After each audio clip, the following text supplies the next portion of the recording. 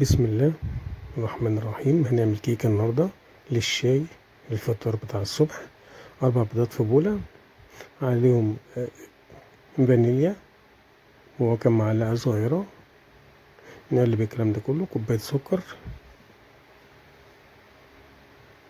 اللي عايز يضرب الحاجات دي في الخلاط يضرب.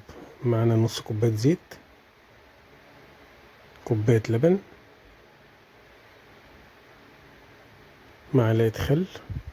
كل الكلام ده مع بعضه، اللي عايز يضربهم برضه في الخلاط يضرب. معانا مكونات الجافة بقى: كوبايتين ونص من دقيق منخول، كيس بيكنج باودر، ذرة ملح صغيرة. نقلب الكلام ده كله مع بعضه. نبدأ نضيف المكونات الجافة بقى على المكونات السائلة بالتدريج.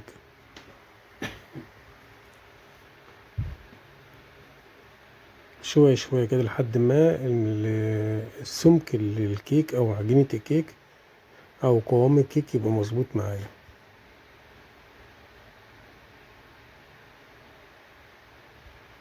تمام كده، قوام مظبوط معايا. هقسم بقى الخليط عندي نصين.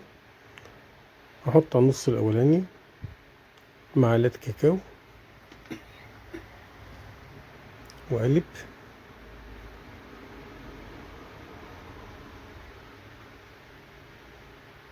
النص التاني أحط عليه معلقة دقيق كمان عشان الكثافة وأقلب كده. خلاص الخليط جاهز معايا. هنجيب صينية متبدرة ومدهونة، نقسم بأي حاجة، نقسم نصين بأي حاجة، أي طبق، أي مصدر، أي حاجة. هنحط الكيك معانا، نص البن ونص الفانيليا، يبقى معانا بالشكل ده كده. هاخد معلقة من الأبيض على البني ومعلقة من البني على الأبيض، أي أشكال حضرتك تحب تعملوها يعني. بخلة كده هنسحب سحبة كده هتعمل شكل قلب معانا، ونحط في الفرن على 180 درجة لمدة نص ساعة و5 دقايق. يطلع لنا بالجمال دوت.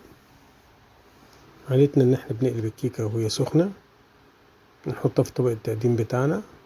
ادي شكل الكيك، وادي الجمال، وادي الروعة، وحاجات جميلة جدا وحاجات بسيطة بس الطعم بيبقى خرافة. شوف الكيك من جوه عامل ازاي، هش لذيذ، قوامه مظبوط. بسم الله ما شاء الله. مع كوباية شاي بلبن، كوباية شاي سادة. وصلى اللهم على سيدنا محمد وعلى أهله وصحبه وسلم.